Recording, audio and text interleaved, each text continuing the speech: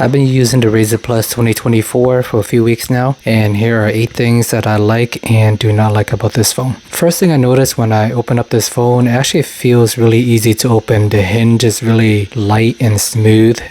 I don't know if loose is the right word, but when I use the Galaxy Z Flip 6, the hinge is really hard and sturdy, so whenever I open it, it takes a lot of effort to push it out and actually open up the phone. With the Razr Plus, all I need to do is just slip my finger in and a little light flip, and then the phone will open up easily. Kind of remind me of the original Razr back in the days where you flip those phones in and out really easily. It is kind of the same concept, and it's just a little bit easier to open compared to last year, and I do like that update. I don't know, some people may consider it flimsy or not built well, but I actually think it's a benefit just because it's much easier to open. Next thing I notice is this phone feels much lighter and easier to use and hold compared to the Z Flip 6. Even though they both weigh exactly the same, 6 is just easier for me to hold. And with the Razr Plus, it's just easier to add apps on the outer display. You just have this little plus button at the top, you hit it to add an app, you subtract an app, you do the same thing. With the Z Flip 6, you got to go to like 10,000 steps just to be able to have that simple functionality. So you really have to do your research and figure it out. With the Samsung phone, you got to download Good Lock, you got to download Multi-Star, then you got to put the Good Lock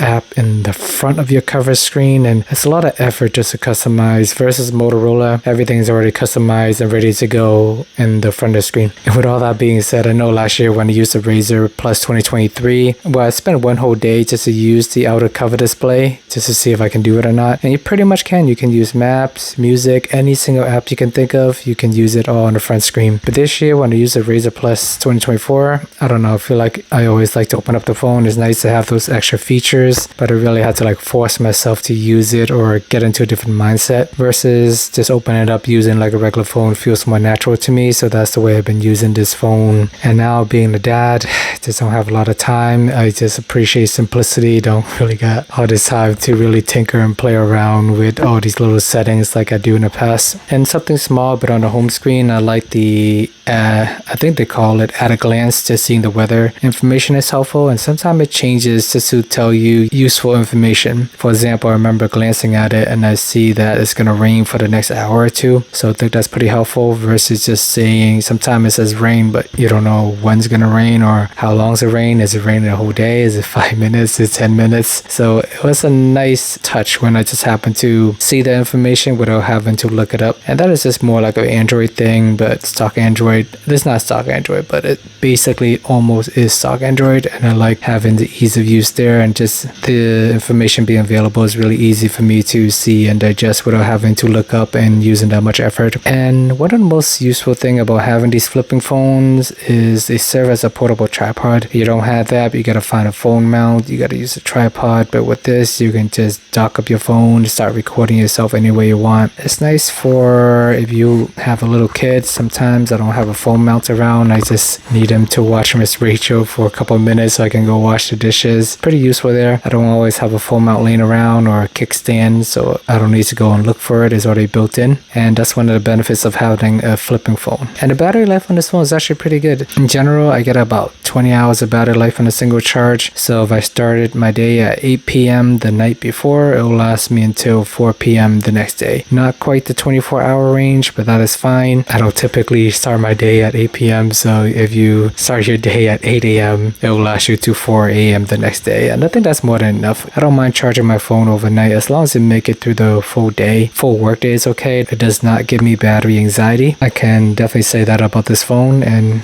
really like the battery life on it. It's not 36 hours like the OnePlus 12R, but it doesn't need to be. If you go above the 24-hour mark, that is awesome, but at some point you still gotta charge it again. But if you last me from morning to night, I don't mind charging it when I go to bed. And the biggest benefit of having this phone is the fact that it folds in half, so when you open it up, it's actually a pretty large phone, 6.8 inches, close to 7 inches. But when you fold it up, it's nice and compact. If you're running, you can hold it in your hand, you can put it in a purse. That's one of the benefits of having a folding phone. Ironically enough, when I use this phone and then I go and hold my Galaxy S24, I would occasionally try to fold the Galaxy S24 out of habit. But it's just nice to be able to fold it up and tuck it away when you're using it. Or you're standing in line waiting to buy food or something and you're bored, you can open up, close the phone. It's like a fidget toy thing you can play around with. So those are some of the benefits of having a flipping phone. And let's jump into the things I do not like about this phone. Always on display. They finally added on Motorola phone after all these years. I was surprised. I thought like all these years they would have it, but the Razr Plus 2023 did not have it. This year it does, but it's a little bit funky because it's not always on. If you open it up, sometimes it's on, sometimes it's not. If you close the cover display, I find that it tends to be on more often, but for the time that it does stay on, I do appreciate that. Crease is still there.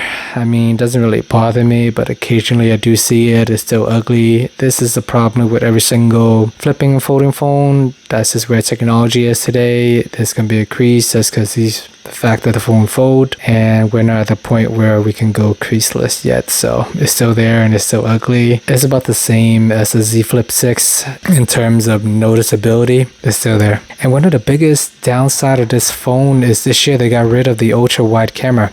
So in the back of the phone they got the main camera and the telephoto camera instead. I personally prefer the ultra wide camera more just because, I don't know, I feel like the main and the telephoto, they're pretty similar just in terms of crop. Like, it doesn't really give me that much flexibility there. I would rather have the wide angle camera just like on the Z Flip 6. On the Z Flip 6, if I take a selfie with the front screen, with the front cover on, I can get more into my background. If I'm going vacation, which I am going to go to Hawaii, I was hoping to take more pictures using this phone in the front cover display. And I think having a wide angle camera where I can take selfie and see my full background of the view behind me, that would have been cooler than just having a telephoto camera. So I don't think they made the right choice there. I think I would rather go back to the Razr 2023 or get the Galaxy Z Flip 6, and I find myself really missing the ultra wide camera. I mean, the telephoto is nice, but I don't really use it that much. Like, I can use the main camera and then I can go to the telephoto camera. It feels really similar, and I really wish they kept the wide angle camera instead. And to be honest, during my whole time of using this Razr Plus phone, it feels exactly like the 2023 minus the ultra wide camera and the battery life. It is a pretty big improvement this year as well. Not like the 23 was bad or anything, but I think this year is just significantly better. I forgot what I got with the 23 last year, but it wasn't the 20-hour mark, maybe 16 or 18, which is solid, but I'd rather have 20. And this phone is only IPX8, so it is not dust resistant, but it is water resistant, so it's okay to dip it in a pool. The Galaxy Z Flip 6 is IP48, so there's some dust resistant there. So once again, $1,000 phone, you're only getting 2 cameras instead of 3 on most modern flagship. You're getting IPX8 instead of IP68 like most modern flagship. So the common trend with all these folding phones, they still have to make compromises. The crease, the water resistance, the lack of camera. So it's a cool concept. I don't like all these compromises that you have to deal with. I don't think the pros outweigh the cons in my opinion. When using a flipping phone, this phone has the issue like any other flipping phone out there. You literally have to open it up every single time to really use the full functionality. It's annoying to open it up every time, but that's just the nature of you getting these phones to use your phone less. Then I think that is a great benefit. But if you enjoy using your smartphone a lot and you get annoyed having to open it up every single time, it's still going to be the same problem here. I know maybe first world problem, you don't want to open up your phone, then don't get a flipping phone, but I like the idea of the flipping phone, but when I use it, I'm reminded why I don't like it, and I prefer the regular phones more.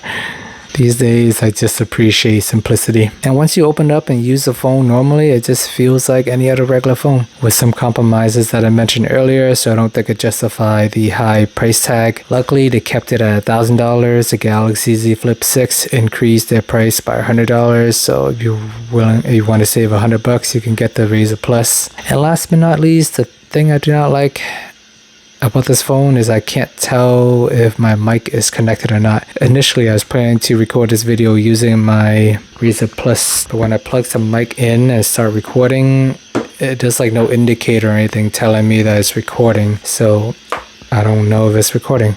When I use Galaxy phones and I plug it in, it'll tell you recording through mic. But when I use Motorola phone or even Google phone, you have to like dig around the setting, make sure the mic is activated and turned on, or else it's just going to use the phone mic by default. So it's manual, and I think it's annoying because I think logically if I plug in a mic, I want to use the mic. Why do I have to go into settings and pick the mic?